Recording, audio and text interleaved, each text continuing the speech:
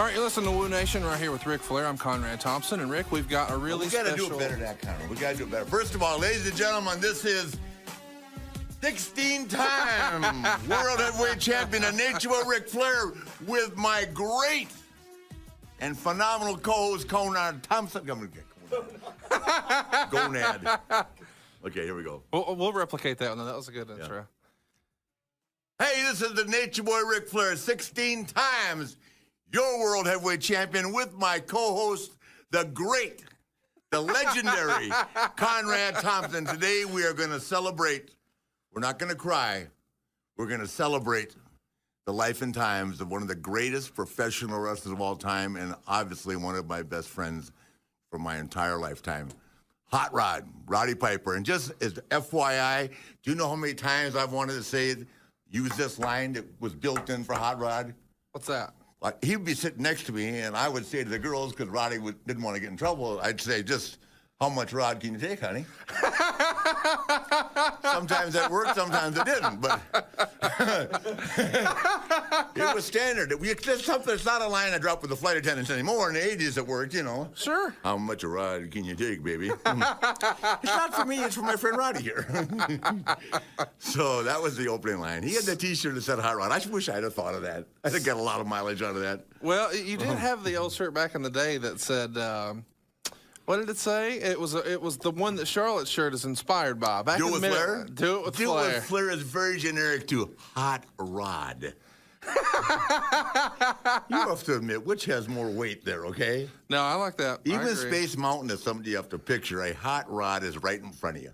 Okay. Or it can be. Anyway, Roddy Piper, the greatest of all time, the most funny guy. I inducted him in the Hall of Fame, and I swear to God, if you look at the two of them, and look at some of the movies, I said during my induction ceremony that Jim, help me out here, Carrey. Oh, yeah, Jim Carrey. Yeah, Jim Carrey studied Roddy Piper to be who he is. I mean, if you look at Jim Carrey in some of those movies, that's hot Roddy Piper. Yeah. Same energy, same charisma. I mean, and Roddy could be just that crazy. I know if you didn't see Roddy in the 80s, you really didn't get to see him at his prime. Right. But in that same energy, and I know that some of it wasn't natural.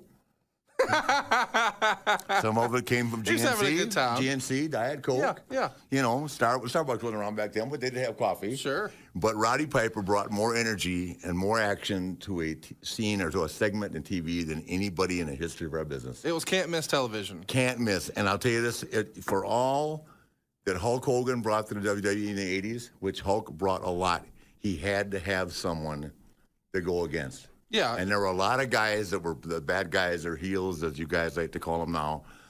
But the focus of the heel nation was Roddy Piper. I mean, there was heels Orndorff, drive there the was business. He drove the business, and the rest of them revolved around him. I'm not saying they weren't good professional wrestlers. Orndorff was great. Rude was great. Go down the list. But Roddy Piper was the catalyst that drove the machine. And they had to be very successful in a promotion. You have to have a good guy and a bad guy. It was like Steamboat Flair, right? Right. Piper was the only guy that could make me a good guy. Right. Does that make sense? That makes Back in the sense, 70s, I mean, Piper was so hot as a bad guy that I had to be the good guy, and I hated it. That's why our matches were never great, because we didn't have chemistry. Right. We're both trying to tell each other what to do. Right. And he was very stubborn, as was I, you know. But Roddy Piper, I promise you, ladies and gentlemen, was one of the greatest stars in the history of our business, and we have with us today Brian Knobbs.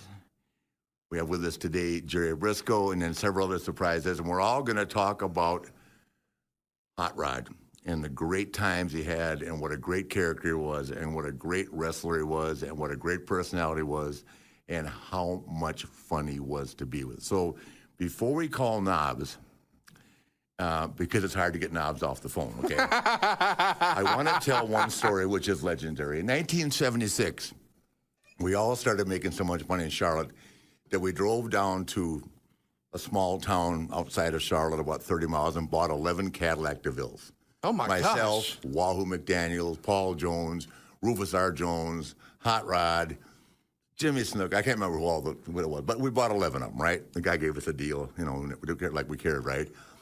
And so a group buy on Cadillacs. On Tuesday, we go to Columbia, 100 miles down the road, right? This is on US 21. There was no 77 back then. And we all met at Carowinds, which is a huge amusement park outside of Charlotte on the South Carolina state line. And you would meet your prospective guys that you were going to ride with and ride down in one car, right?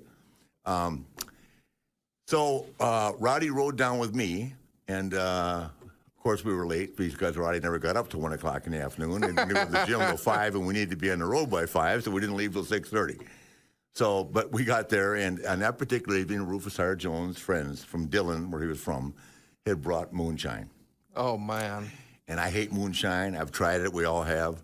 But he was, Rufus said, hey, who you come on? Let's try some of this. I said, no, Rufus, I'm not. Find somebody else to drink with you. Piper said, I will. I said, Roddy, that stuff will kill you. No, don't worry. I'm fine. I'll ride home with Rufus. I said, you ride home with Rufus? Yeah, drop me off, 10 miles outside of town. I'll get him with him. Well, the next day we were at TV, which is Wednesday, making TV, right? And Gene Anderson's walking around smoking a cigarette. Where's Rufus R. Jones? And I said, I don't know. He said, where's Piper? I said, I don't know. By that time, Piper walked in. So I said, Roddy, where's Rufus? He goes, I don't know. I said, I left him at Carowinds. About 15 minutes later, Charlotte police called the office, and they found Rufus laid out on the hood of his brand new Cadillac outside of KFC at Carowinds, on the hood of the car at 11 in the morning. So that was... That's Roddy's introduction to moonshine. Yeah, that's Roddy's introduction to moonshine. And probably Rufus isn't with us anymore. I wish I had him on the show. But that's a true story, and that's just one of many. So we're going to take a break here and call Brian Knobs, and we'll continue from there. How's that? Sounds great. I'll be right back. It's time to shine my 16 world title. All right, so Rick, last week we talked a little bit about Casper mattress, and at the time, Wendy hadn't gotten it all the way broken in for you yet. Have you tried out the Casper mattress now? As a matter of fact, as I said in the podcast earlier today, Wendy actually was able to turn over the figure 4 leg lock on the mattress, and that's hard to do. All the ladies love Slick Rick. You know they love Wooooo Nation. Don't go anywhere. I'll be right back. This episode of To Be the Man is brought to you by Zen Nicotine Pouches, a fresh way to enjoy nicotine without all the baggage of cigarettes, dip, or vape. Woo, that's right.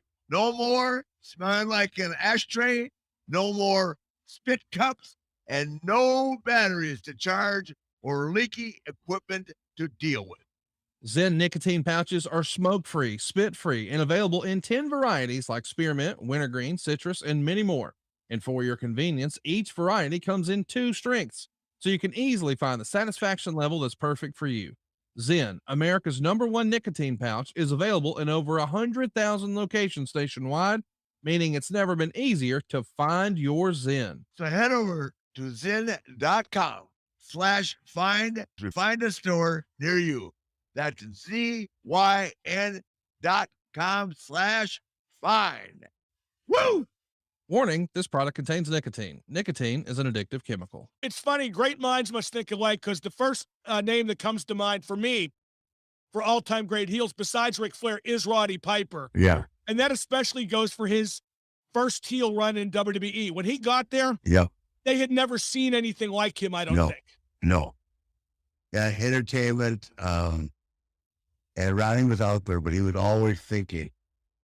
He put a lot of thought into his work, and he thought a lot about what he wanted to do. And I'm pretty secure in saying that he argued with Vince every day.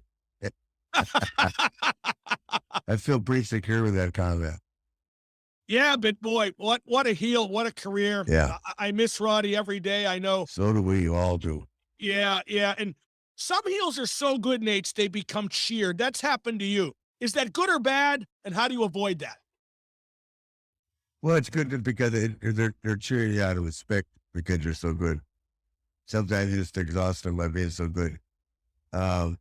Randy Orton is a when they're letting him just be Randy Orton was a pretty badass here. Well, that's a good point. When you came to WWE, your first feud was with Roddy. Yeah, it stunk. And well, it didn't stink. The promos were great. Well, the pro was when he was a babyface, Right, wanted and- to work like a heel. And he just didn't prefer it, and you could tell. Yeah, exactly. Now, obviously you preferred working as a heel because your style was better equipped, but mentally you preferred being a heel, right? It's more fun. Absolutely. What makes it more fun? For me, it's making the audience mad, making people believe you're really hurting somebody. You know, which happens sometimes anyway. But you've got to be able to be me. You got to just turn your wheel in a different direction and just ignore. You almost got to make it real, especially with the interaction with the referee and that. I mean, if you're really that mad, 180-pound referee's not going to push you around like a flyweight. You know what I mean? If you could change one thing about your home, what would it be? A new kitchen, a new master bath, maybe put in a pool? What if you could do it with no money out of pocket and cheaper monthly payments? SaveWithConrad.com can help, and you can even skip your next 2 house payments. NMLS number 65084, equal housing lender. SaveWithConrad.com. This is Wooooo Nation with Ric Flair.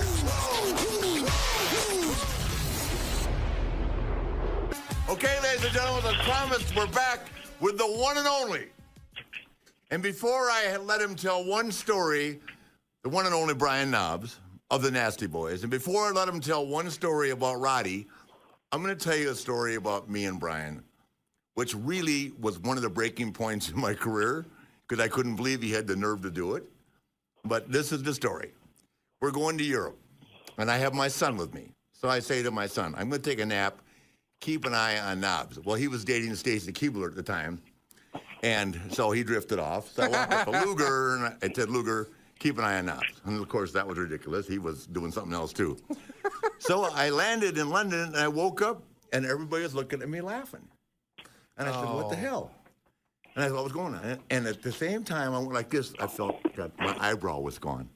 My Ric Flair's eyebrow was gone. And at the very minute I started screaming, Knobbs comes out the bathroom door with both his eyebrows shaved off and goes, God damn that Henning. Wait till I see him. He shaved, trying to crack me like I didn't know it was him. He shaved his own to rid me and blamed it on Henning. I was so mad I wanted to quit the company. Who would shave Ric Flair's eyebrows? And I realized it was Brian Knobbs.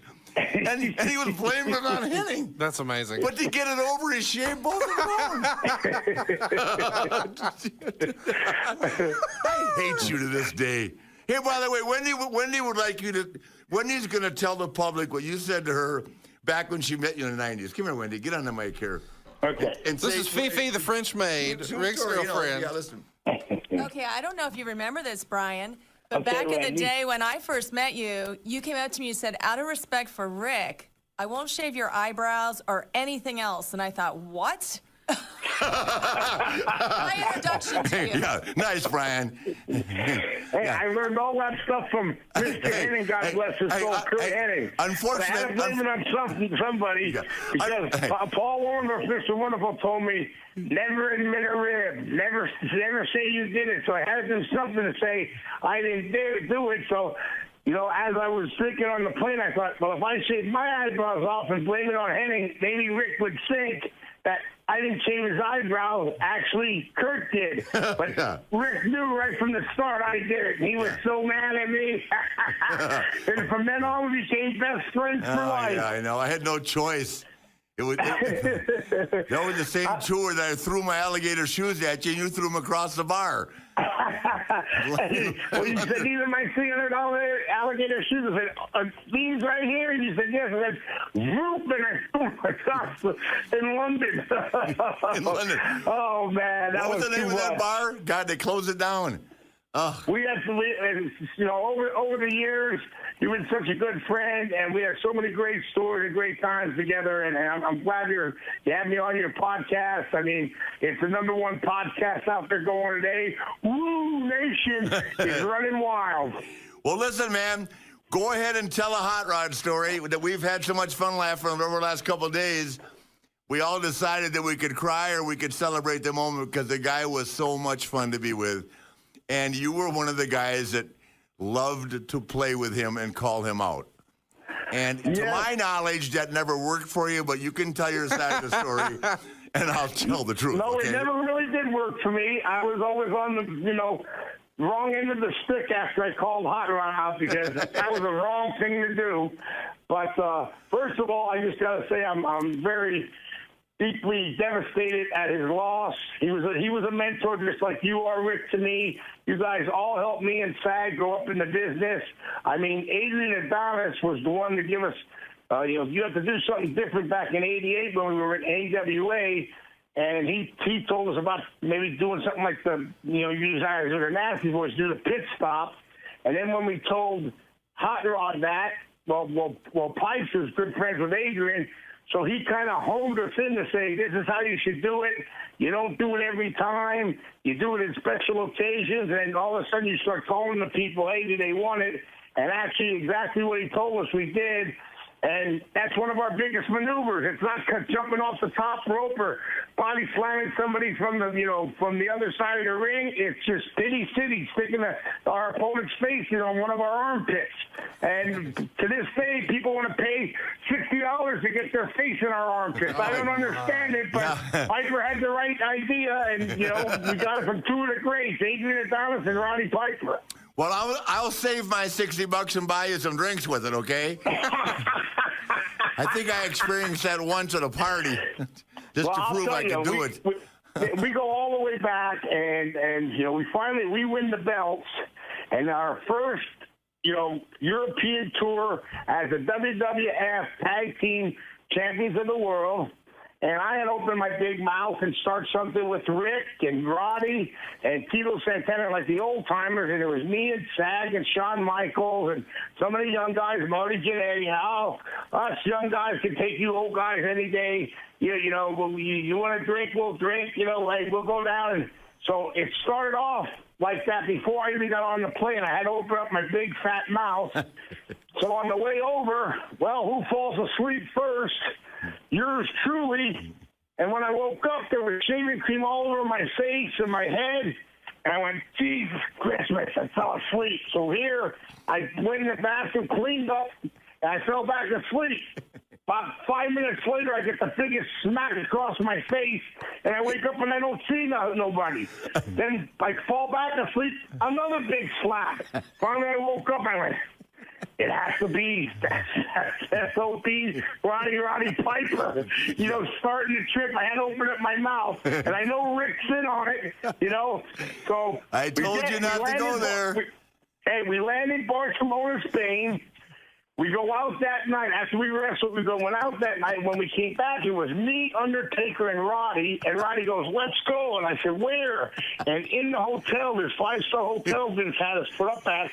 There was a Spanish wedding going on, and Roddy just opened the doors and invited himself in, and they opened us with open arms. Wedding crasher before the We all went in, we drank, we danced, we had the greatest time of our life. Next morning, I wake up, the phone's off the hook. I must have been talking to my wife. My clothes are all over the place. And I'm like, where am I at? Oh, my God, I'm in Barcelona.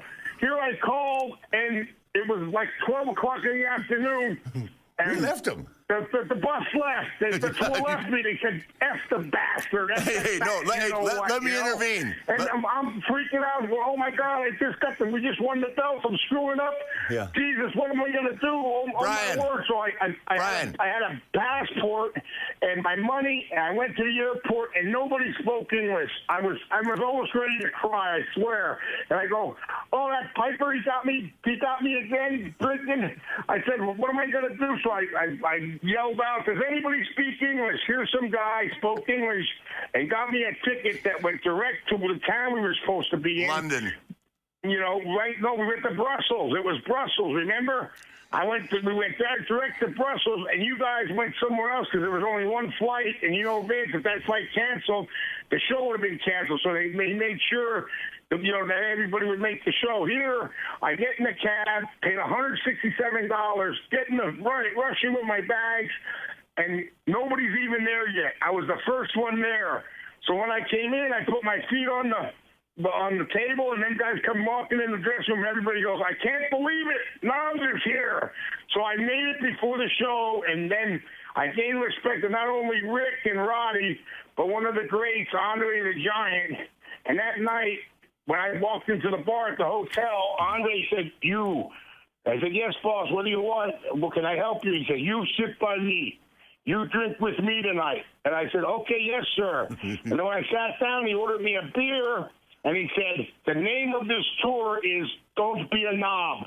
So, all because of Piper, I went through everything. But like in the old days, and Ronnie, Hot Rod told me, and Rick would tell you, no matter what you did the night before, if you didn't make the show, that was on you. But if you made the show and you performed good, and all was forgiven. So I made the show, and I kind of got a notch of respect from some of the older veterans on the tour, and that was one of them. But it was because of Piper that I missed the plane.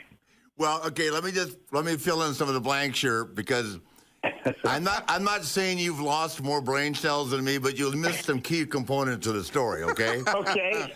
First of all, we were leaving at 8 o'clock in the morning. Undertaker is the last one to get on the bus, and then Sags, right? But at 8 o'clock. Yeah. Jack Land's a Hall of Famer with an older agent with no sense of, no patience, right by the book. Where's Knobs? He's hollering at Sags. Sags goes, I don't know. He says, and this is nothing personal, he says, leave the fat bastard. And we drove off. And Sags is going, he might not have a credit card or a wallet. To which Lanza said, who gives a shit? Leave the fat bastard. So, and actually, you're wrong about it being Brussels. Brussels was the night before Spain. You had a little bit there. We went to London, and after we got there, they checked you in a hospital with phlebitis. No, that was after I rested the next day. My leg blew up. Oh, okay, the next day. SummerSlam. I'm off a day. I'm sorry. Yeah, you were off a day. But I'm pretty sure the drinking and the plane ride over and then wrestling 2 days didn't help me just having knee surgery, and 10 days later wrestling in SummerSlam and then going right overseas and wrestling again. But yeah, they took me in and my leg blew up, and then they wouldn't let none of the guys see me. And in London, they have volunteers helping you, like, push the buggy and stuff. And there was one guy who only had one arm, and I was sorry that he did, but he's pushing me down the hallway, and they have all kind of volunteers, and it's really crazy how their medical service over there. And they put me in this room with these two other people, and I didn't know what. I was looking up at the Lord going, what did I do to deserve this? And the guy said, well, you might have a blood clot. If it breaks off and goes to your heart, you could die. And they wouldn't let none of the guys up to see me, so I was really freaking out. Here they gave me some blood thinners. Everything was good. When I came back, they gave me a night off because of the leg deal. But, that was a scary thing. Yeah, I almost, Rick calls it phlebitis, but I don't know what the hell it was. Well, the key component into it is very much like Roddy, who had to leave England one time in an emergency when they told him that he had something going on. They told you not to drink, which you didn't. It went in one ear and out the other. You drank the whole rest of the tour. Oh, yes, definitely. As a matter of fact, I think on account of you, Vince flew over a whole drug testing crew. Am I not correct? No, not because of me. No, don't blame that on me, Rick. Well, certainly you were part of this team. I can tell you a story, though. You remember when he flew the plane over to test everybody? I remember the one town they came in, they were all there. Yeah, they were never overseas before, and there they all were. The English. I think 31 people. Guys flunked the test. I didn't flunk it, but I'll tell you a quick story. They did call me in one time, and I said, I was all worried. I said, oh, God, what have they got me on? I'm thinking, oh, geez, what did I do? What did I do? This and that. So they bring me in, I sit down, and the guy goes, Mr. Knobs, we got you here that you're taking testosterone, and your testosterone level is high. And, like, I'm taking steroids. I went, is that what I'm in here for? And all of a sudden, I just was happy because I knew I thought I was in there for something else. I took my shirt off, and I said, does this look like I'm taking steroids? Does this look like I'm taking testosterone? And the tester, the doctor says, no, you can put your shirt back on. We definitely have to retest you. Something went wrong with the test. Put your shirt back on. We definitely have to I've been eating retest you. Burger King and McDonald's my whole life. I'm not taking steroids. I think you would put on some extra weight because Tony had driven over your foot at the Shell station on West Shore the week before. Is that correct? No, actually, she actually drove over my whole body. then I got engaged after that, and I said, "Would you marry me?" I know I shouldn't have got that $1 million policy. I just knew it. Were you under the car when you proposed, or were you sitting next to her? You're such an idiot. No. I had an IV in my arm. I was all stapled up because the door hit me. I pulled too far ahead, and the handle from the gas didn't reach the gas where I was going to put the gas in. So I told Tony, and she moved to the center of the car and put it in drive a little bit. When she put it in reverse, the car was idling, started moving back. She panicked, and with her left foot tried to hit the brake, slipped off, hit the gas, and the door was open, hit me on my bottom leg, and the top of the door, the point, it hit me underneath my arm and ripped my arm open. If it would have hit me on the top with all the veins and everything, they said I would have been, that. But when the boys got the story, please, I heard everything in the book. I mean, Jesus Christmas. Well, I told you on days off. And in 1 year, that happened. I blew out my knee in the ring, and I had to have reconstructive surgery. And then I got stabbed. And then after I got stabbed in Peoria, Illinois, Mike Rotundo called Vince and said, "Vince, we have some bad news. Knobs was stabbed in Peoria, Illinois by 4 guys. We got him, and the cops got him and all that." And all that came out of Vince McMahon's mouth was, "What else can happen to that poor bastard?" This episode is brought to you by CarShield, who makes it easy and affordable to protect my car from expensive repairs, and that's just for starters. CarShield is the #1 auto protection company in the U.S. and offers protection plans for around $100 a month. The plans cover more parts than ever before, whether your car has 5,000 miles on it or, like mine, more like 150,000 miles on it. And let me tell you how simple it is to get your car fixed, man. When you need a repair, you choose the mechanic, and CarShield's administrators, they'll handle the rest. That's it. You don't have to deal with the paperwork, the headache, the hassle. Boom, you're taken care of. And the same goes if your car breaks down on the side of the road. It's happened, been there, done that. Plans through CarShield also include coast-to-coast roadside assistance. Believe me, that can come in handy. CarShield administrators are there for you with all of your rental options as well, and trip reimbursement at no extra cost. Get the coverage today, and you'll lock in your price now, and it will never go up. That's right. I said that. It will never go up if you lock in today. That means as long as you own your car, no matter how old it is, you're protected from the rising cost of auto parts and repairs for your vehicle. Come on, man. It only makes sense. CarShield helps protect my wallet from expensive car repairs, and they're going to do the same for you if you give them a chance. Go to carshield.com/podcast to start your plan and lock in your pricing forever. That's forever. It's carshield.com/podcast. A deductible may apply. Well, hey, I tell you one night I wish you would have got stabbed. I got to tell the world doesn't even know about this. We're at the China Club in New York. At that time, one of the most prestigious clubs in the United States, right? Monday night, sold out the Garden, China Club, Vince is there, Hogan, everybody. The Nasty Boys, me, and I'm just making friends with somebody. I don't know. I won't tell my story, what I was doing. But I had a friend there named Robbie Kainoff that Brian called Jewish Lightning. He was a toy salesman. Yeah. So I'm sitting there just minding myself, talking to a pilot from TWA, right? Learning something about aviation. And all of a sudden, Kainoff comes over and says, "Can you believe what happened?" And they had taken off his poor sunglasses and stomped on him. So I go, "Brian, what the hell? Just leave him alone." And So they grab Robbie, tear off his shirt. So I got to get up, punch Brian, right? Sags comes over and punches me. They take my credit card, the Nature Boy, Ric Flair, throw me out of the China Club, keep my credit card, and the next day I got a $3,000 bill on it. But you had your eyebrows. Is that true? Night, Vince McMahon got slammed on the table at the China Club. Now, wait, we're talking about my $3,000. Sport coat off. He was going fat man in a little coat. Maybe that's why we're not in the Hall of Fame yet. I don't know. $3,000. Rick, I'm telling you. Was that not a crazy night? Yeah, very crazy for me as I sat outside while you guys partied on my credit card. Nice. Did you guys ever have any more parties with Piper you want to share? Oh, we're just getting started. Are you kidding? Well, me and Rick, and Hot Rod.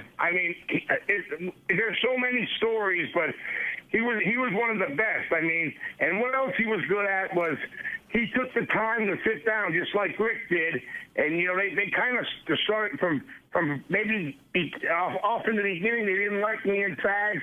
They really turned into liking them. These guys are definitely fit for the business.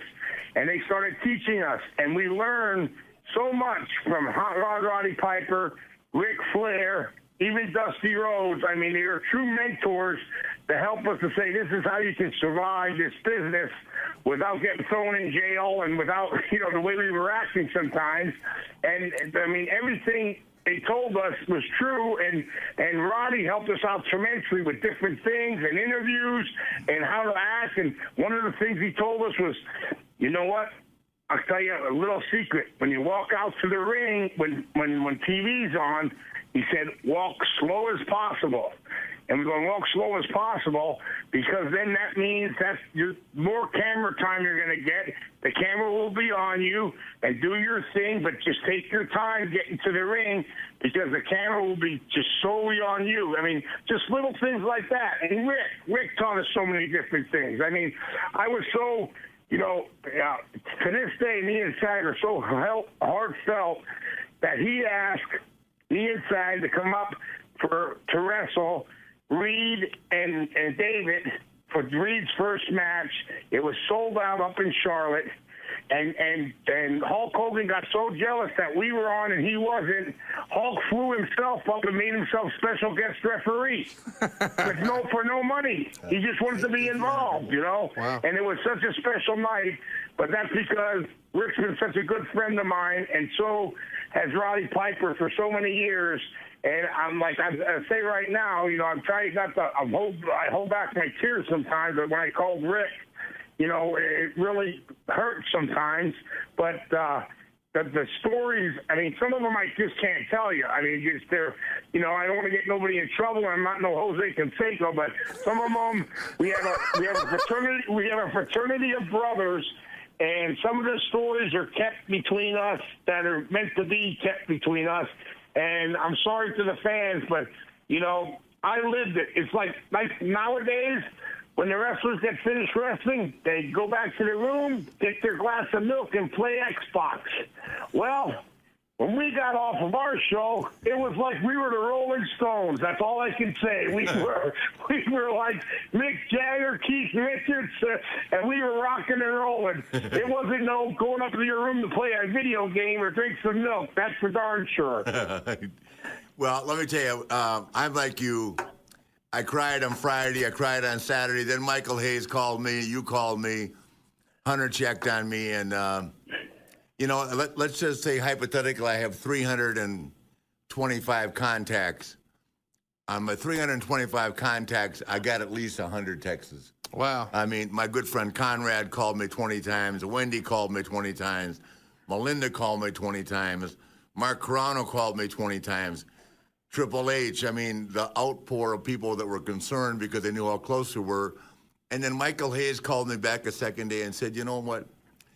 Roddy Piper wouldn't want us to sit here and cry. He wouldn't want us to miss one day. He wouldn't want us to miss one day in this on my phone, please. And I'm going to read a text that I got about Roddy Piper that kind of tells the story of it all. And it's from a guy that I did an event for, that Melinda arranged for me.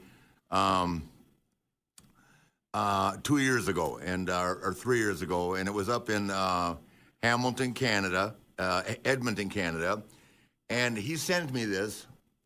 First of all, he sends condolences about Roddy, and then he goes, my favorite story, apparently, my gym teacher knew him from when they were young. On a stop through Winnipeg, he was able to meet up with Roddy, bragged to all of us he was hanging out with Hot Rod that night. I don't know what they ended up doing, but no one in school heard from him for 2 days.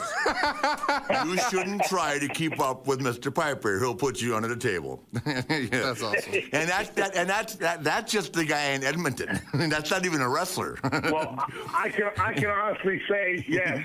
To never challenge Hot Rod Roddy Piper. Even now, I won't even say them words, because every time I did, I was under the table or lost for 3 or 4 days, or I didn't know where I was. Even though I was wrestling, I kind of lost myself a couple times.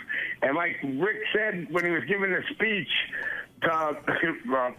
when Hot Rod got inducted into the Hall of Fame, Knobs, you found out. You don't ever mess with Roddy Piper.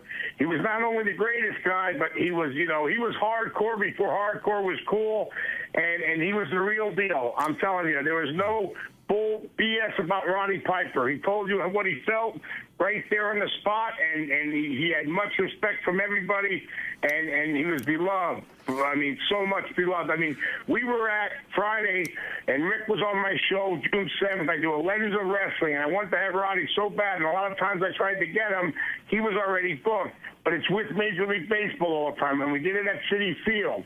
Well, this one we did at Marlins Park with the Marlins during the game. They were playing the San Diego Padres, and right 10 minutes before we were ready to go on, it was me, Sag, Mick Foley, Kevin Nash, Bushwhacker Luke, who knew him and Butch knew him through the 60s. They knew him the longest out of all of us.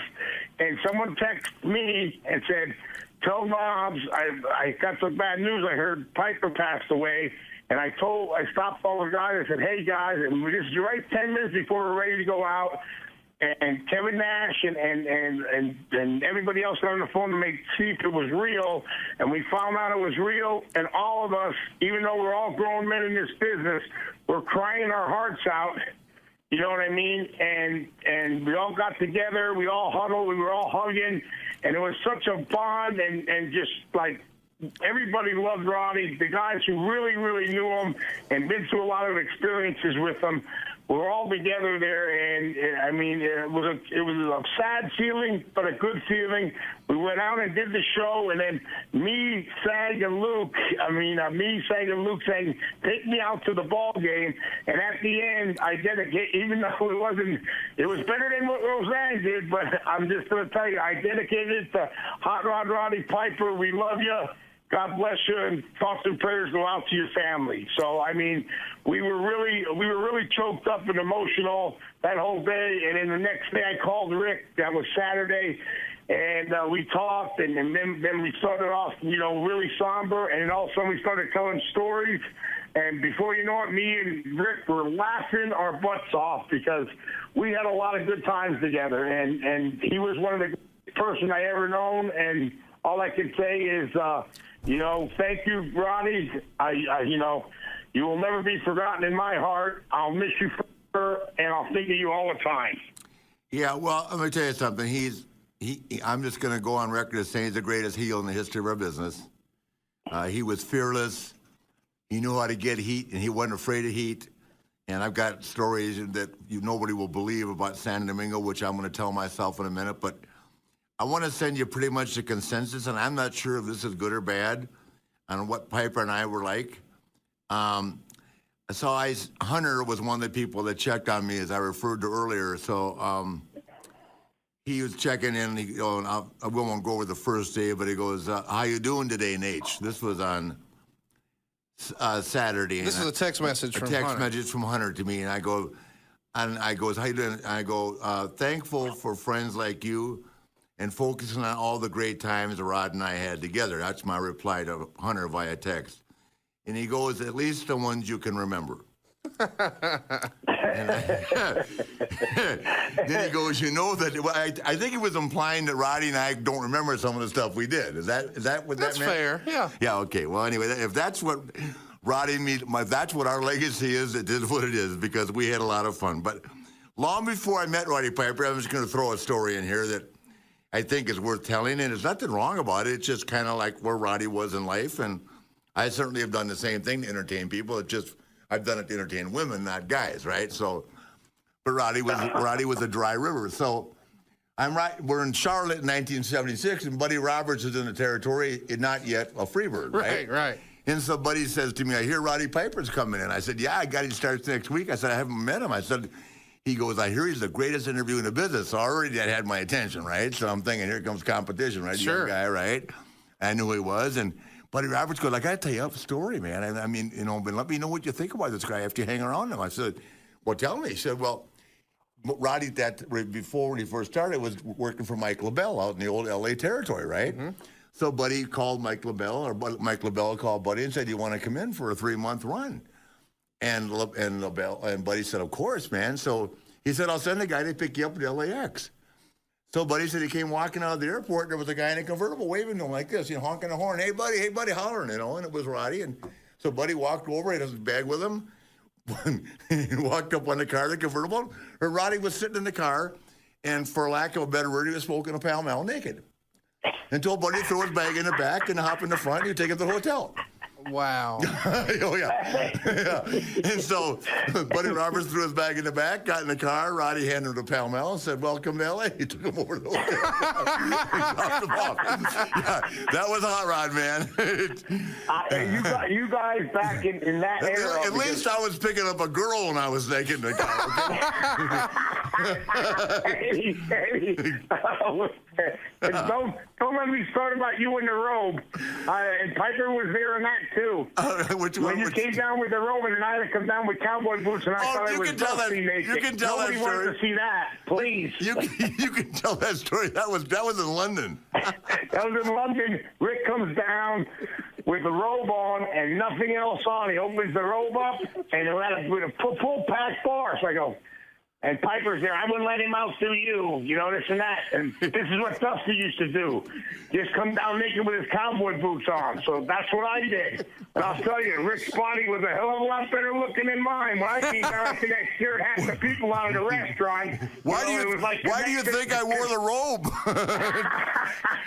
If you want to get your weekend cooking, well, then let me tell you about RECTEQ. It's an amazing company that offers wood pellet grills fueled by all-natural hardwood pellets, along with other outdoor lifestyle products such as coolers, apparel, grill accessories, and much more. And with grills ranging from $399 to $3,000, RECTEQ has something for every lifestyle and every budget, with a key focus on flavor, convenience, and versatility. Their factory direct pricing eliminates the middleman, and all grills ship absolutely free. Plus, all RECTEQ pellet grills are made with high-quality stainless steel and are built to last a lifetime. I actually just did 3-2-1 on some ribs a couple weeks ago, and it came out perfect. And I know you're going to absolutely nail it because RECTEQ has got your back with its flagship model, the RT700, coming with a 40-pound pellet hopper. It's got 702 square inches of cooking space, the PID Wi-Fi controller, and a 6-year bumper-to-bumper warranty. You can bake, smoke, sear, grill, and even dehydrate on this grill, all with the push of a button. And that's why those in the know choose RECTEQ. And it's time to toss that tasteless gas grill, the messy charcoal, or even that overhyped brand name grill aside.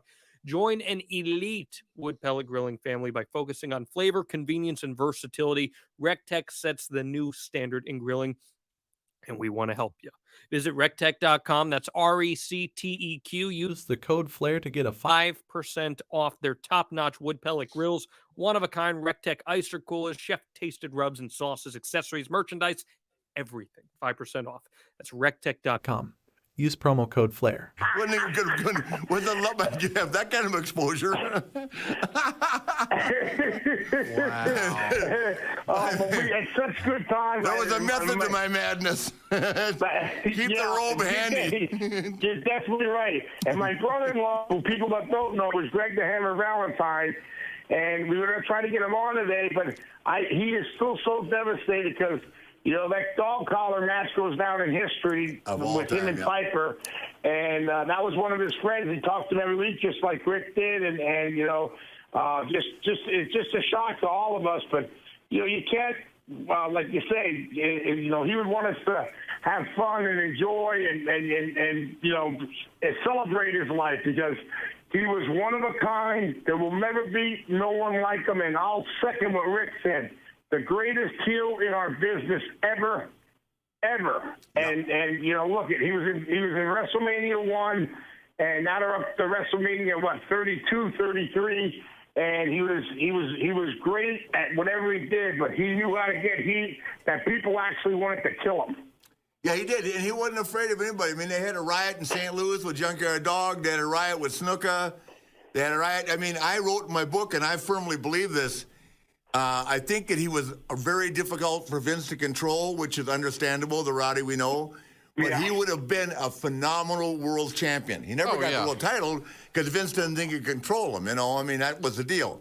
And he probably couldn't have. You couldn't tell. If Roddy didn't feel like hearing what you were saying to him as a promoter, he didn't, But the wrestling business is different in that regard, because a lot of times, when you talk about Hall of Fame quarterbacks, they say, oh, well, Marino never got a ring. Yeah. Piper never needed the belt. He was always going to be. But I'm saying, if he had, he'd have been phenomenal. That wouldn't have stopped the sale of lunchboxes for Hogan. No. But can I tell you, Hulk Hogan never pinned Roddy Piper. Well, I know that. That's why I'm saying. I didn't say Roddy ever got beat. Yeah, Roddy never got beat. He may have never got the belt, but he never got beat either. The only dumbass from that generation that said yes all the time was me. I've won 16 matches and lost 10,000. What the hell? And who would ever want to use the figure four and never beat anybody? Jesus Christ. 16 matches. Ryan, how many times have you seen somebody tap out with a figure four? I can't even get Wendy to tap out anymore. She goes, this is phony, and I want to turn it over. That's hard. What kind of matches are we selling now? Rick, I can't even imagine. Oh, Casper. Yeah, by the way, we have a new Casper mattress with one of our sponsors, and Wendy can turn me over to figure four in a Casper mattress. So you might want to buy one for you and Antonio. Hey, Rick, I must say, I can't imagine back in the days in like 79, 80, you, the Hammer, Piper, the Briscoe brothers. Listen, Orton, Slater, Jake Roberts. Oh my God, it had to be the craziest ever. I heard so many different stories, and I wasn't there, so I don't want to repeat a story and get it wrong. But I'm going to give you the lineup. And Piper and you just ripping Charlotte apart. Oh my God, my only DUI in my life. This is another fabulous story. We're in 2001, the hottest club in Charlotte. So Roddy and I get Mike Rotundo, poor Mike, just a brand new rookie on the road, so drunk, we strip him completely naked, put him up on the bar, and we take the fruit plate, the waitresses, bartenders, and they put it all around his parts, right? We leave Rotundo naked. So I get in a car, and I say, Roddy, let's head down to Belmont Club. Belmont was all night drinking out in another county in Charlotte. So we get all the way downtown, get all the way down by the Holiday Inn on Little Rock Road. I come to a stoplight, and all of a sudden, behind me, the car pushing me through the damn light. Oh, wow. Who do you think it is?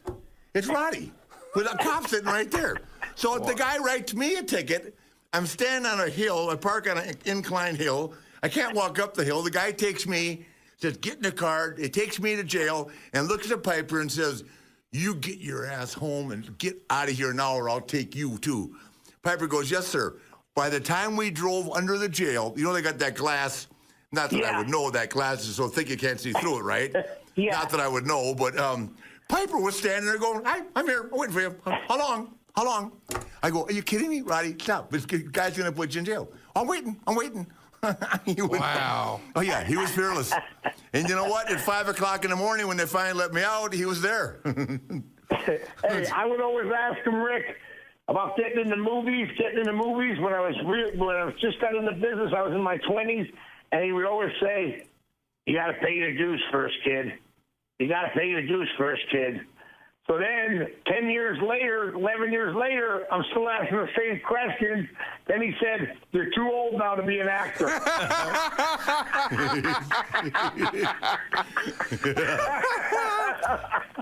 listen, I dearly will miss him. He was the greatest. Yeah, well, we'll say that, and we love it, and I know you mean that. Brian, I'm going to put a call into Jerry Briscoe now because the Briscoes, Piper and Flair had some phenomenal times as well, and it's better. He's almost burned down Charlotte. I know. Jeez, are you kidding?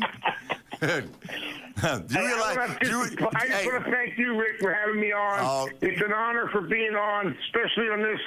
It's not a special occasion. It's really, like a memory to one of the best guys we know. Not only a wrestler, but a great family man. I mean, I loved when I saw you guys. I never laughed so hard in my life when you guys were on Celebrity House, Wife Swap. I know. It was such a great show. I know it did phenomenal ratings, but it was fantastic. And I know his son real good, Colty, and my thoughts and prayers go out to him and Kitty and the family, and hopefully the best for him, and my deepest condolences to the family and everybody. Hey. And I just I'm just devastated now, but it's good to talk about old times because there was no one better than Piper for everything. And everybody called me from Bret Hart and this, and then I wanted to call Rick so bad, so I waited till Saturday to call him, and he called me yesterday about if I wanted to be on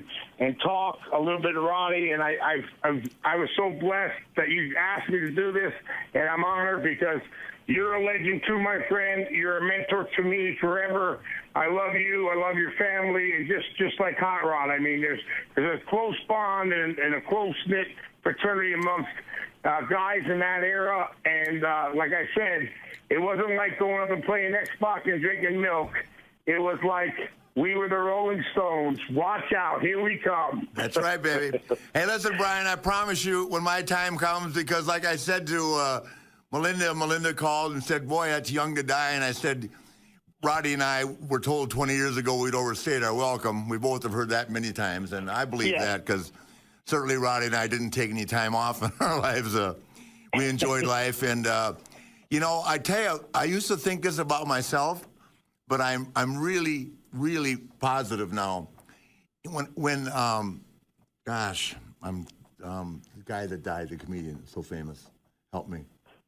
Bernie Mac? No, Robin Williams died, right? Yeah. And I watched all the specials on him, and I tell you, the guy was a genius. Absolutely. Yeah. And I think that because Roddy, just kept pushing himself, I thought to myself, maybe that's my problem. I'm not happy. I'm not satisfied doing nothing, right?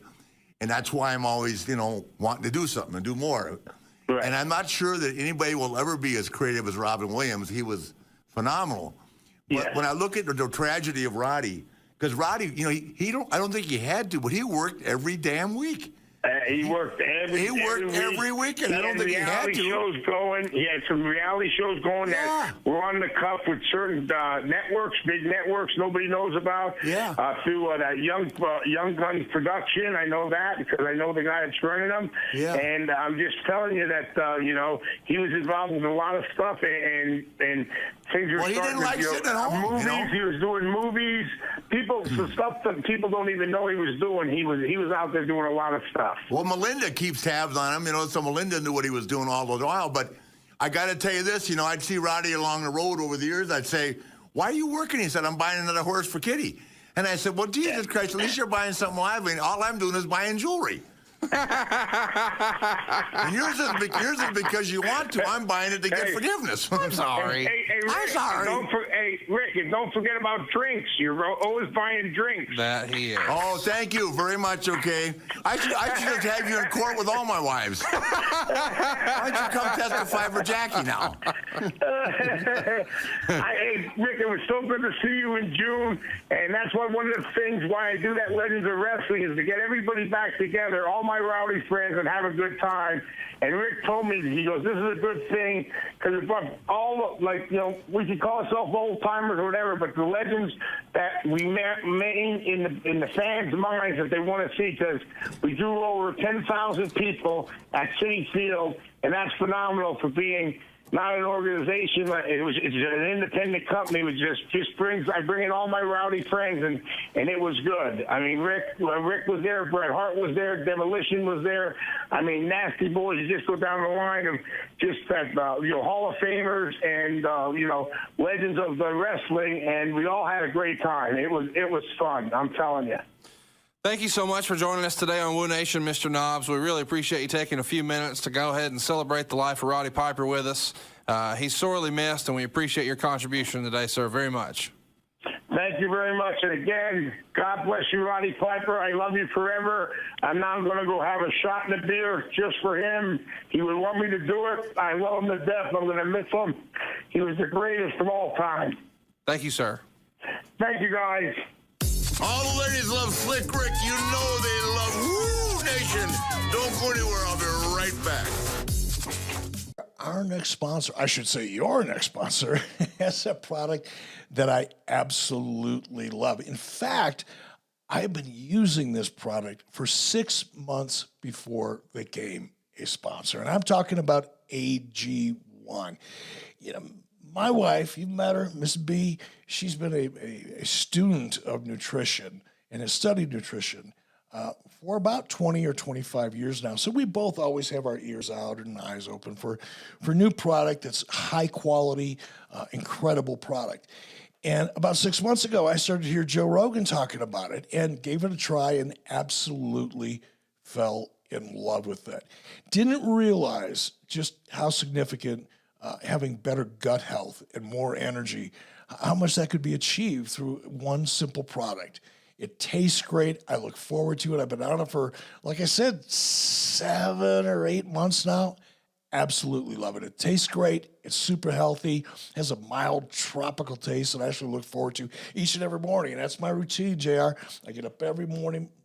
First thing I do is I mix 1 scoop AG1, ice cold water, throw in a couple scoops of ice, and that's how I start my day every single day.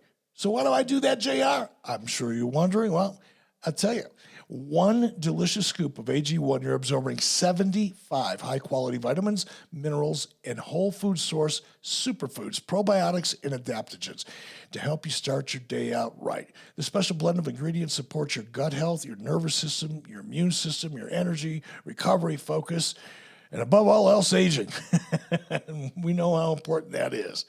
Like I said, I usually, every morning, first thing I do, and the reason I do that is because the nutrients, the vitamins, the minerals, all that good stuff that's in AG1, in my opinion, I'm no doctor, but my wife's a semi-expert, is more bioavailable. Meaning, if you're on an empty stomach, the first thing you have during the day, all those vitamins and nutrients, all of that's going to get into your system much more quickly and efficiently.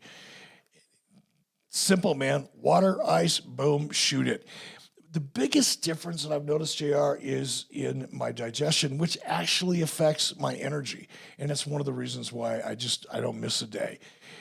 The taste is great. It's smooth. It doesn't have that same bitter feeling that you get at least, in a lot of the other supplements that I've tried. I can bring it with me when I travel, man. It's easy to carry. It's lifestyle friendly, whether you eat keto, paleo, vegan, dairy-free, gluten-free. Contains less than 1 gram of sugar, no GMOs, no crappy chemicals, no artificial anything, and it still tastes great. It costs you less than $3 a day, dude. Come on. I've had coffee twice as much as that. And that's assuming I'm not in some big city hotel. You know what I'm talking about. It's cheaper than getting on all the different supplements that you get for yourself. Anyway, Athletic Greens was created when the founder experienced a ton of gut health issues and ended up on a complicated supplement routine to recover. It cost him over $100 a day. Where there's a need, there's a way, right? Tons of people have the same kind of multivitamins, but it's important to choose one with high-quality ingredients that your body will actually absorb. Remember what I said about bioavailable? That's what you got to pay attention to. I can't recommend this product enough. I absolutely love it. Athletic Greens has over 7,000 five-star reviews. Proud to say I'm one of them. It's recommended by professional athletes, guys like Joe Rogan, man. And who's not going to listen to Joe Rogan? Come on, it's easy. Here's what you need to do. Right now, it's time to reclaim your health and arm your immune system with convenient daily nutrition. It's just one scoop and a cup of water every day. That's it. No need for a million different pills and supplements to look out for your health. Now, we want to make it easy. Athletic Greens is going to give you a free 1-year supply of immune-supporting vitamin D and 5 free travel packs with your very first purchase. All you got to do, it's real simple, man, to take care of yourself. Go to athleticgreens.com, athleticgreens.com. That's it. All you need to do to take ownership of your health. It's up to you, man. Take care of yourself. athleticgreens.com. This week in history, this is a fun one, man. It feels like we're doing a lot of these in a row here, but it's November 5th, 2006. We're at the U.S. Bank Arena. We're in Cincinnati, Ohio, and it's Cyber Sunday. So the past couple of weeks, we've talked about Taboo Tuesday. Well, this is basically the new incarnation. It's the same Taboo Tuesday concept, except on the more traditional wrestling pay-per-view day, Sunday. And this time the fans voted on who would be your tag team partner when you took on the Spirit Squad. They could vote for Roddy Piper, Sergeant Slaughter, or even Dusty Rhodes. Roddy comes in first place with 49%, beating out Dusty with only 35%. But even still, Dusty and Sarge make their way to the ring at some point in the match. And the two members of the Spirit Squad competing here are Kenny and Mikey. Eventually, you and Roddy actually win the match and the damn tag team titles after Mikey submits to the figure 4. And I think you only had like a 2-week run or something like that with the tag titles. We went to Europe and Roddy got that cancer. They didn't know what it was, but he got real sick. And so we lost the belts over there. Roddy went home and flew to Chicago and then all the way to Portland and walked into a hospital there and was diagnosed with cancer. Unbelievable. So, yeah, it was just the start. And he had, of course, they sent him up to his room, told him not to drink. After I got back to the hotel, I think we were in London or Manchester. I walked upstairs. He had already drank 20 beers, But he made it all the way through. Chicago is a huge airport, and he had to transfer planes, walked all the way through, carrying his bags, and got off the plane literally and checked in the hospital in Portland. I mean, kid didn't know where he was. That's how sick he was, yeah. So, catch me up here. I know we talked about this in the previous episodes, but did you really not know who was going to be your tag team partner, or was this kind of a wink and a nod and you knew it would be Roddy? I didn't know. I think everybody thought it was going to be Dusty. But everybody knew going in, hey, we're going to do the finish, and Nate is going to be tag partners or tag champs with one of you guys, and he's going to win with the figure 4, and then the rest you guys just kind of call in the ring, so to speak? I'm going to be as honest with you as I can be. I don't remember. I don't remember how that worked out. I mean, I know that I was shocked when they said we were going to win. Yeah. Yeah, I mean, why wouldn't I be? I just never expected that. And, obviously it was a great honor at our age for Roddy and I to be tag team champions. And something that, it gave us both a big ego boost that you like to get when you get older. But then the damn thing, he got sick, and and he tried his hardest, but he just couldn't go to the ring that night. So that was it. He actually went to the ring, but we were in and out in 6 seconds. So anyway, it was just who Roddy is, a man and a half. And, he's just one of those guys that you're always going to miss. Yeah. He just like we do Dusty. It's a big deal to have had that opportunity to tag with your buddy, because this is really the last time he's going to compete in something like this. I know he had little one-offs here or there, but really like this is the end. And it was a pretty big deal, and it had to be a pretty special moment for you and one of your oldest friends at that time to be able to share together. Yeah, for sure. I mean, we'd been so close for so many years. From Crockett to WCW to WWE, back to WCW. We'd been through so much together, and our friendship was just, one of the greatest of all, I think, in the history of this business. Psst. Who's going to take care of your family if something happens to you? What would they do without your income? If you don't have a plan, you need to go to GoliathLife.com. Get a quick quote for more than 20 carriers. You don't even have to leave the house. If you need a medical exam, they'll send somebody to your house or office. You're in total control. You pick the rates, you pick the payments, you pick the terms. You're in total control, but it gives you and your family peace of mind. What if something happens to your income? Hurry to GoliathLife.com. This is Wooooo Nation with Ric Flair. Back on the air, ladies and gentlemen, on Wooooo Nation, and with us right now, God, I don't know what to say about this guy. He and his brother were two of my closest friends. And I say this, I think, too much, but I can't say enough about Jerry Briscoe and Jack Briscoe, the Hall of Fame, both inducted the same year I was. And my opening line at the Hall of Fame induction was going to be, this is the first time in my entire life that I've been in an enclosed building with Harley Race, Jack Mulligan, and the Briscoes that serves alcohol, that there's not a fight going on, okay? And then I said, I did say, though, there's a reason why that you don't give Indians booze. And the Briscoes are the reason, okay? Well, I think Wahoo fit in there, too. Oh, Wahoo's in there, too, okay, but I don't have him on the air.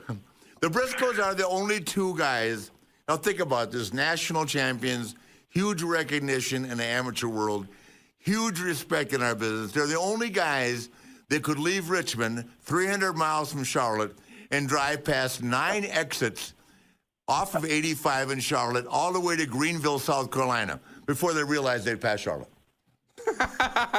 You know, if it hadn't been for that big peach there, that big landmark, that big peach there. The peach is in Gaffney, by the way. We would probably ended up in Atlanta. Yeah. The peach is in Gaffney. That's 60 miles away to the Greenville. You probably thought it was a peach. Yeah, exactly. Yeah, I haven't told the story yet, but the greatest one of all time was Dick Byers, huge amateur guy at Syracuse, great career as Mr. X and the Destroyer. He calls Jack and Jerry his mentor, his guy that he broke in, Mike Rotundo. And who do they ask to take under the wing? Who does he ask to take Mike under the wing but the Briscoes? Wow. So, I mean, I won't tell that story. That's not Mike's day. We'll wait and do it, but poor and Mike. Blackjack actually did the same thing with Jack and I. Asked us to take Barry under the wing down there and send him down there to Florida, and he said, you guys take care of him. Yeah, but Barry wasn't quite the virgin that Mike Rotundo was. Mike was a cherry. Mike was a cherry. Yeah, he sure was for about 6 weeks. Jesus Christ. I could never see the guy. He always had a glaze over his eye. I don't know whether he was intimidated, scared, or just hungover. You remember when he tried to jump that fence? Oh, I certainly do. He was in the hospital with a torn testicle. Yeah, tell that story. He tore his scrotum jumping a fence. He was trying to jump over a barbed wire fence to get into the Days Inn. He tore his testicle sack off. Yeah, big time. They had to stitch it up. Then the stud shows up the next day wanting to work. Yeah, we tell Jimmy Crockett, Jimmy, he just ripped his sack off. Yeah. True story, I know. Jesus. Well, hey, listen, today we'll leave Mike alone for a while. We'll get him another day. But today we're celebrating life and times of Roddy Piper. And I know that you and Jack had a special place in your heart for him. And God only knows, from the time that Ole Anderson was dumb enough to fire Piper from the Atlantic or from Georgia Championship Wrestling, and Roddy said to me, "Do you think I can start going to the Caribbean with you for Carlos Colon?" I said, "No problem." And from that point on, the Briscoes and Piper and Flair toured the Caribbean on a regular basis. It was fun, but it wasn't pretty. What a run, though. It was fun. Where do I have a $2,000 bar tab at a Holiday Inn in the Condado? Oh, we walked in. This is the Nate at its finest. We just sold out the Brill Stadium, about 20,000 people, and right outside of San Juan, Carlos and Rick for the title. And So we had to celebrate, of course. So Jack and I were on the card, and the next day, Rick and Roddy were going to Dominican Republic for a shot over there. So we're sitting at the Holiday Inn, you know, and we're killing time. As old timers used to do, to sit around and BS, you know. And all of a sudden, hey, let's do something. Let's play basketball. Well, it's about 110 degrees in San Juan, right in the middle of the Caribbean. Right in the middle. So we go out. Hotel gives us a basketball. So I don't think, you know, Hot Rod being from the Great White North, in the northwest part of the country in Canada, hadn't seen too much basketball. So we challenged Rick, you know, the world champion, and Piper, one of the biggest stars in America, to a basketball game. My brother and I, we're not basketball, we're basketball. But you know what? We're a little bit smarter than those two guys. We got them out there. Rick didn't have any tennis shoes on. I don't think Hot Rod had any on either. So Jack and I, like I said, it's 100 on that basketball court. It's right in the middle of the sun. So we're not trying to score. We're just passing the ball. And Rick's running back and forth trying to steal the damn ball from us. Hot Rod's running back and forth trying to. And by the time it was over with, they both had blisters on their feet that they couldn't even wear their wrestling boots. Well, here's the deal. The thing of it is we were having a few drinks because I didn't think I had to wrestle that night. Then I got there and had to wrestle an hour. And then we came back, and I actually refresh your memory a little bit. We had a $2,000 tab that night. You and I and Piper and Jack were drinking at the bar, and some guy came in and shot somebody, remember? In the Holiday Inn that night. I forgot all about that. Yeah. There's a regular deal in the Condado. A guy came in and shot somebody, and Jack looked at me and said, hell, let's just keep drinking. What can we do about it? I said, okay. Yeah. No problem. So on the same night, and I'm sure you'll remember this too, Piper, Stan Hansen, Piper had seen Stan Hansen somewhere use the clothesline to knock someone down. So Piper, of course, you remember that bridge they had from one hole to the other? Oh, yeah, I remember that. With all the potted plants, Roddy was hammered and ran across the bridge, knocking down all the potted plants. Yeah. Wow. Yeah, so they came and arrested Roddy. And soon there's a knock at the door, yeah. Yeah, they came and arrested Roddy, put Roddy in jail. And actually, on that particular trip, I had a double shot Asheville and Greensboro. So I took off, and I landed in Asheville, and Crockett says, where's Piper? I said, he's in jail. He did make it to Greensboro, though, but he missed the first shot. Oh, man. Nothing I could do to help him. I wasn't going down to jail to get him, I can tell you that. Yeah, no kidding. You've been there with him. I know you. Exactly. You know, one another great story about the Caribbean. I was staying with you guys and getting on the plane, FYI. Yeah, well, another great story, you know, about the Caribbean. We're leaving our respective island, whichever one. We terrorized every island there was in the Caribbean, and those great people down there put up with the four of us.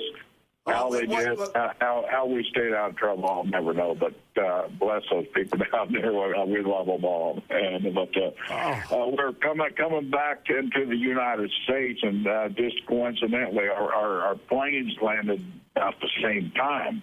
In Miami. And imagine this happening now. Just picture this happening. Christmas Eve. Christmas Eve, the airport is just jam-packed. And we're going through immigration, customs, whatever you go through there. We just cleared, and all of a sudden there's this rumble behind us, and Flair and Piper tackle us, and we start fighting and wrestling in the middle. Well, actually, you started stretching. Okay, let's get serious. I appreciate you saying that, but Roddy and I proceeded to get stretched. And everybody walking by was going, I thought you were tough and the world champion. I said, not so tough right now, sorry. You listen to me on TV. Do what I say. Listen, but don't believe it what you saw. Thank God they didn't have a tape of that. You had so many people doing what you say. Poor Canoe, you nearly got him killed. Oh, I know. That was in Sumter, South Carolina. You know, here comes a custom guy. Mr. Custom Guy, please don't arrest us. You guys just get up and get out of my area here and go to your flight and get away. Can you imagine doing that now, Jeremy? No. That's what kind of fun we had. Then Roddy and I got on a plane. You guys got on one to Tampa. Roddy and I got on a plane to Charlotte. and we were singing Jingle Bells and drinking all the way. And the pilot came out and said, you know, back then you could tell a flight attendant to, you know, take a hike. Yeah. If he told you to shut up, you know. And then, so the pilot came out and said, "Hey guys, I'm landing this plane. If you guys don't shut up." You guys are getting out of there. We went, okay. They made you stop singing Jingle Bells? Yeah. Well, they had the whole plane singing. You kidding? Bells, Roddy was going up and down the aisle, Jingle Bell, Jingle Bell. Well, we got off the plane, and Kitty and Beth were sitting there going, oh, boy. Yeah. Merry Christmas, girls. You remember the story, Rick, when we talked Jimmy into doing that Roanoke show in the afternoon so we could go see Willie Nelson? I think it was Piper and Jack and I and poor Mike Rotundo. And Jimmy agreed, so he ran a 2:30 show instead of 7:30 show so we could go see Willie Nelson. So we get the car all loaded down, you know, ready to see. We get our refreshments and all that. And when, you know, Asheville or Lynchburg, it's foggy, you know, in the wintertime and cloudy. You can't see very well. So listen. When you're driving, it's foggy all the time anyway back in the 70s, okay? Well, it's Piper driving, by the way. It's Piper driving. It's even worse. So Piper, we head out. You couldn't see nothing. You know, we're all singing Willie Nelson songs. All of a sudden, we hadn't seen an exit for a while. All of a sudden, we see this exit, Bluefield, West Virginia, next exit. We gone opposite down way on Interstate 77 to Bluefield, West Virginia, instead of south to go to Charlotte to see Willie. We turned that old blue Cadillac a hot rod around. We rambled down those mountains. Somehow we made it safely. Pulled in the back parking lot. There was Jackie Crockett walking in the parking lot with an empty bottle of tequila. We knew we were in trouble. And Willie was at Whiskey River, his closing number. About that time, Willie come walking off. Fortunately, you know, he stopped, and we got to be. We didn't see him, but I heard it all because we traveled all day. But we felt really good. Now, I can remember these guys. It wasn't funny back then because, you know, the Briscoes could do you damage. I mean, physically. So one time, you know, like I'm still kind of a rookie. This is before I'm the world champion. They fly me down to Tampa to wrestle Jack, so that, you know, have Jack beat me, so that when I got the belt, it was an opponent, and Jack didn't work a lot then anyway. So I'm still new to the Briscoes, and afterwards, after the match in Tampa, they take me out, and now they've got what's the tequila with the worm in it? You guys made me eat the worm that night. Mezcal, yeah. So we're drinking beer and shooting mezcal, right? And Jack said, "Well, you're going to be the world champion. You got to eat the damn worm." Ugh. So, of course, I had no choice. Jerry held me, and Jack shoved it down my throat. Chasing with this. Oh, my God. Hey, you know, Rick, you were a good student when it came to that. Yeah, I tried. Jesus Christ. It was rough hanging on you guys. What a way. I mean, I was trying to tell. We just had Knobs on the phone, on the podcast talking about Piper. But if you think about it, here was the deal. Charlotte territory, 1978-79. The Briscoes, Mulligan, Flair, Jake Roberts, Steamboat, Piper, Steamboat, Youngblood, Dick Slater, Bob Orton Jr. I mean, name it. Valentine. Greg Valentine, Wahoo. I mean, it was unreal. Paul Jones. It was a Hall of Fame card every night, man. It was a Hall of Fame card every night. I mean, it was unreal. Yeah. We had so damn much talent. And the thing about it is after Jack lost the title, he didn't give a shit. He just wanted to have fun. No. That's all he did. He did have fun. Yeah, I mean, Jack and Jerry, they didn't need the money. They had a body shop going. They'd already sold their stock. And, I mean, they didn't need the money. They just liked to have fun. Right. I mean, it wasn't about, I said, we just want to be there and be with our friends. Yeah, you didn't want to go home. Who wanted to go home? Exactly. We drive up to Greensboro and call our wives and say, we got a big meeting tomorrow. Got to spend the night 90 miles away on Saturday night. Okay. Yeah. And get by with it. Yeah, you got away with it. You did. Well, you didn't with your first. I don't know how. First of all, Jerry. First four or five. Jerry Briscoe, like Piper. Let me give you this, guys. Has been married to the same woman his entire life. Jerry Briscoe has been married longer to one woman than I've been married to 4 altogether. Well, I got a beautiful. I saw her at Dusty's funeral. I swear to God, I don't know what kind of drugs you keep her on to keep you around. I mean, what the hell? Well, she just puts up with me. She's one of those good old Carolina girls. He bought a big estate out on a lake where there's no. Yeah, we've had some. I used to have lakefront property. Now I'm in the lake now. The damn lake's so high. Oh, is that right? Yeah, it's rained every day down there. Like 29 out of 30 days. Oh, I know. Trust me. Every time I go on vacation, I'm spending $500 a night to sit in the rain. You know? Yeah. Thank God the bar at the pool stays open. Yeah. Jeez. Yeah. Well, Hot Rod to both of us. Rick was a dear, special person. They only come around like that every once in a while, and we had the great pleasure of not only being in the ring with him, but also being close friends and getting the opportunity to travel with him, be with his family, and love his family, and Hot Rod earned everybody's respect, and I mean, what kind of legacy the guy's going to leave is just tremendous. He'll never be forgotten. No, but God, I go on record as saying he's the greatest heel of all time in the history of the business. Yeah, I do too. And I got to tell one quick story that I love, and Jerry was there to see this. We're in Asheville, North Carolina, separate dressing rooms at that time. There was still some loyalty to the business between the guys where we weren't running back. The referees carried the word, whatever it was. Right. So I go to Jerry, I go up to Jack Briscoe, and I go up to Piper, and I go, look it, I promise, there's no way that Jack will find out. I'll bet you $100 you can't take down Jack. You can't take down Jack Briscoe. He says, Piper goes, he got real serious. He said, you mean to tell me that you're not going to tell him, you're not going to say a word, and you don't think I can take him down? I said, not a chance. So he goes, you're on, man. So here's Roddy, man, pulling the cord and all this, getting ready. So I say, Tommy Young, go over there and tell Jack the Piper's going to try and take him down. I can't believe Black will believe. Oh, we're all out there by the piano. The whole curtain is full, right? 6,000 people sold out. Yeah. And finally, 10 minutes goes in, and Piper was waiting, man. And Jack was just kind of dancing around. Jack always looked like he wasn't ready. And I'll be damned if Piper didn't get his leg. But that damn Jack Briscoe hopped around on one foot for about 30 seconds until Roddy got close enough to grab, and then it was, Piper's kicking him, everything. And Jack's saying that one not foot a just chance. And hopping when around. Roddy came in too far, boom, and the next thing, Jack was, what do you call that, the angel thing where he was flapping his wings, look, Mom, no hands? Yeah. And Roddy was going, guillotine there, and Roddy had some exotic hold. Piper came back and said, I'm going to kill you, Flip. I spin around him with no hands, Dan. Oh, God. That's awesome. Oh, we did that all the time. I did that with this guy named Don Canoodle. So I told Jack and Jerry, so I said, I'm going to screw around with this. Canoodle was my partner against Jack and Jerry. And they know I'm not going to screw on them because they have stretched me. I don't like it. I get to the rope. Nobody likes it. No, I know, but I mean, you would think I don't even like playing with them because it's not play. I can't even play. I can't even get to a base, If I could get to my base once in a while, I could never get off my stomach. So that Canoodle drop down, leapfrog. So Jerry drops down. I jump on top of Jerry.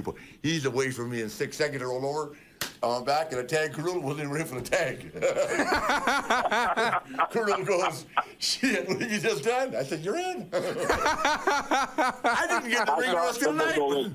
I saw Canoodle this past weekend. He reminded me. He said he got to know my elbow real well that night. Well, the funny thing was that you had him down so long, the crowd was going boring. Yeah. I was going, let him up. Let's go home and get a beer, Jesus Christ. Oh, that was so damn fun. I never got in the ring again. I just get in the short tag and come and tag me. I go, whoop. That's what a heel does. Oh, man. Yeah. Well, listen, I love you, buddy, and I can't thank you enough. I'm trying to think if there's anything we left off about the Hot Rod. There's so many stories. So many stories that we can probably go as long as we wanted to go and talk about that man. But R.I.P. Hot Rod, hug Brother Jack and Big Dust for us, and say hello to the Chief. Yeah, we will, sure. Hey, listen, I'm going to the funeral. It's on Tuesday out in Portland. Hope to see you. Yeah, and I'll shoot you Kitty's number. Okay? Oh, please do. Yeah, I'll do. tell you, and you can give her a call. I'm sure she'd love it. But I'm taking Wendy out there. And I just want to assure you, because I'm sure you will. Is Wes home with you? No, he's in Vegas working tonight. Oh, he's in Vegas working. Oh, just like you and I did when we went to Vegas. Yeah, Okay. exactly. That's nice. Okay. Well, I'm sure that you will, on behalf of Roddy and yourself, being a Briscoe, we are going to say goodbye to you from CBS right now. Thank Jerry Briscoe for being on Woo Nation. We're going to go out and celebrate the life and times of the Hot Rod. So I know you probably have a case of Budweiser. Not that anybody in the world can drink that shit except you. Yeah, You can drink Budweiser beer. I can't believe it. The Briscoes can drink 30 Buds apiece. They're not, and Jesus, I mean, it's the truth. I love you, buddy. That's just one way. Love you too, man. Thanks so much, and R.I.P. Hot Rod. Hey, love you, buddy. Hey, listen, do me a favor, will you? Roll me a lucky strike tonight, okay, buddy? I sure will. Take care. Woo! Woo Nation. Bye, Jerry Briscoe. Woo! Bye. Ladies and gentlemen, that was Jerry Briscoe, and good Lord, we could go on all day long, but I think we've touched on some interesting stuff, and we've laughed and had fun, but I think most importantly, the people have expressed, even through all the humor, that Rowdy was the best heel in the history of our business, that he was a great father, a great husband, a great guy, and very close to me, but not just to me. Rowdy, whoever he touched, and he impacted their life. And the Briscoes, who were as famous as anybody in the business. And obviously Brian Knobs, who was a great character in that business, and a guy that's worked through tons of injuries, and the Nasty Boys, so much fun to be with.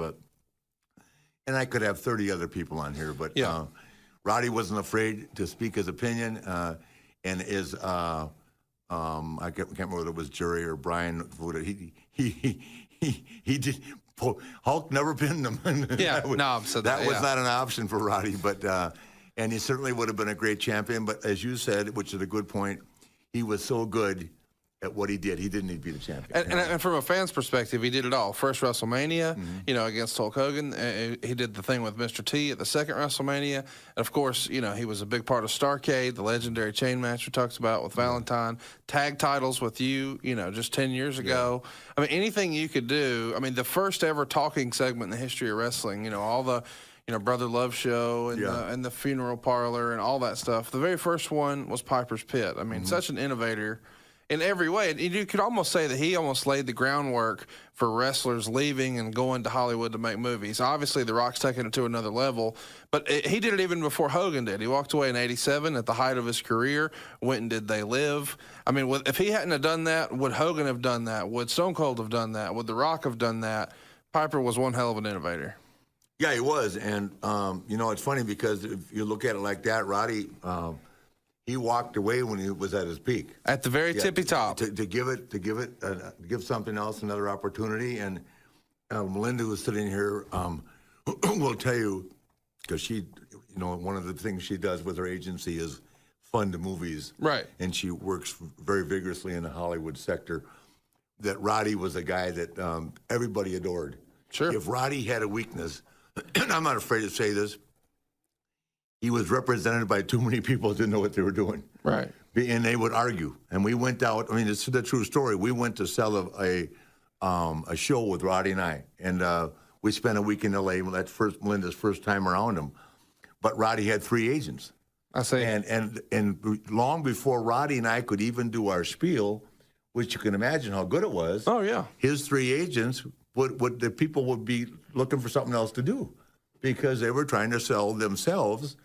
And then the audacity of one guy, I won't mention his name, he wanted to own the show and have me and Roddy work for him. I don't think so. Yeah. I mean, that draft went through Melinda's desk because she made it into a paper airplane and flew it right back to Canada. Right.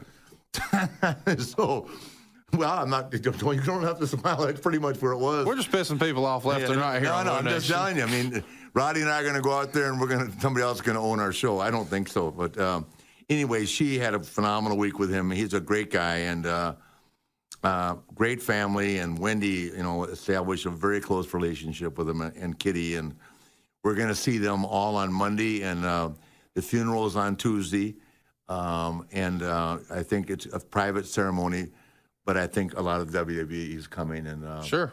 And I thought the segment last night that they dedicated to Roddy and continued on through the entire body of the show was absolutely fabulous. I think so too. And I didn't even know until today that was my voice on there. I'm glad it was because I can't say enough good things about Roddy. And when I get sad, like I'm going to get right now, but I think about it too hard, I think about the fun things. And certainly, I think the people who heard this podcast today, I mean, it's pretty authentic people, me talking about a guy that I've loved forever. And Jerry Briscoe and Brian Knobs, Brian, everything we talked about, he went right back to who Roddy was and how much he helped Brian with his career as he did me. And for me, what made Roddy and I think, really good was we competed. Right.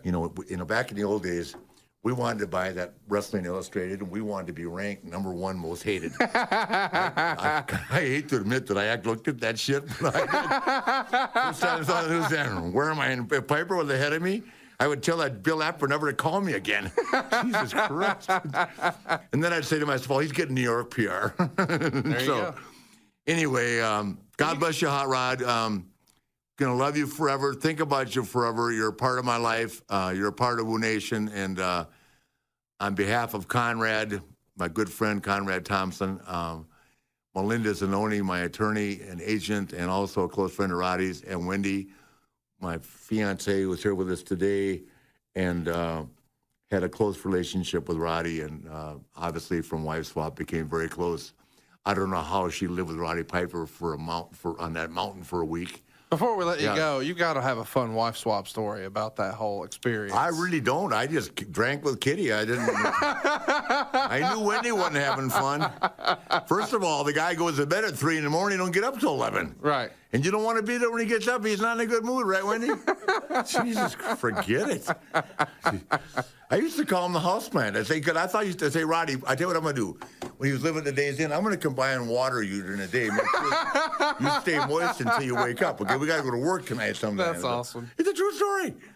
He would go to bed 3 in the morning and sleep until 11 or 12, and get up and start his day. So I'd drive by in the morning with a water plant. I'm just kidding, but I say I'll combine water. I call him the houseplant. That's hilarious. Yeah, what are you doing? Sleeping. Leave me alone. So, anyway, great guy, great times, and one of the most, probably the most real character in the history of our business. Yeah. The Hot Rod, we love you, man. Love you. Hope you guys enjoyed Woo Nation today. Until next weekend, we'll have another big guest. This is the Nature Boy, Ric Flair, along with Conrad Thompson, Huntsville's only millionaire. Oh, my God. Huntsville is the only man to have a car that costs more than any building in town. Get out of here a brand new Rolls Royce. Oh. A guy that would have knobs over, but a millionaire can't drive around in a Rolls Royce with no eyebrows. Oh, my gosh. Yeah, we're talking about Conrad Thompson. That's right. So when you guys come to autograph sessions this week and see me, feel free to say, where's the millionaire? Oh, my gosh. And I'll say wherever he wants to be because he's Conrad Thompson. The Nature Boy saying, woo! Now, Conrad, I hope you're taking us out drinking, okay? Right. Okay, that's it. You got 17 credit cards. You got the black with you? I do. Silver, gold, No, all platinum? that. All that. Okay, let's go. Woo!